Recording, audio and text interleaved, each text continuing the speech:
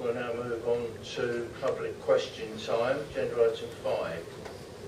There has been one question received from a member of the public from Dr. Philip Gibbs, 6 Welbeck Drive, Councillor Moore, member of the Regeneration and Planning. Councillor Moore. Thank you, Mr. Mayor. Dr. Gibbs has asked, in August 2015, the government introduced a new planning policy for traveller sites. The amendments changed the definition of what gypsies and travellers mean in planning terms and no longer allows for them to have permanently ceased to travel. New conditions in sections 11, 12, 14, 16, 20 and 25 of the policy have direct relevance to circumstances in Basildon but have not been considered. The policy says that it must be taken into account in the preparation of development plans. Does the Council recognise that its earlier evidence base, including the accommodation assessment and site provision study, now need to be rewritten and that a new public consultation covering planning policy for gypsies and travellers in the local plan will be required? Mr. Mayor, I can say that the Council is fully aware of the updated National Planning Policy for Travellers that was published on the 31st of August last year, and I can confirm it has taken these policies into account as far as it can in the latest draft local plan.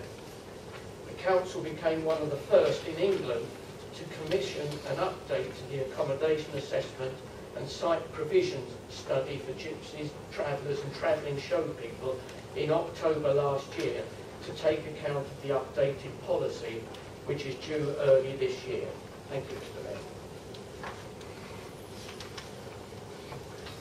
Dr. Gibbs, have you a supplementary question? Yes, I do. Another government document entitled Designing Gypsy and Traveller Sites says that a maximum of 15 pitches is conducive to producing a comfortable environment which is easy to manage. Why then is Basildon Council in its draft local plan proposing to expand Cranfield Park from 9 to 25 pitches, Hove Fields from 36 to 58 pitches and Oak Lane from 45 to 52 pitches, especially given that these are permanent traveller sites in the Green Belt, which goes against the government policy which I cited in my first question?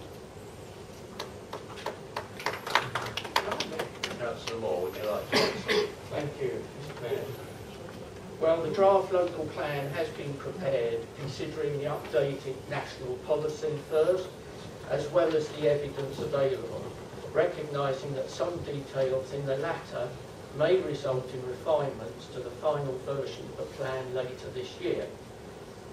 Whilst government can change national policy whenever it sees fit, plan making, if underway, cannot just stop, particularly now the government has issued a warning of sanctions to local planning authorities who fail to submit by early 2017.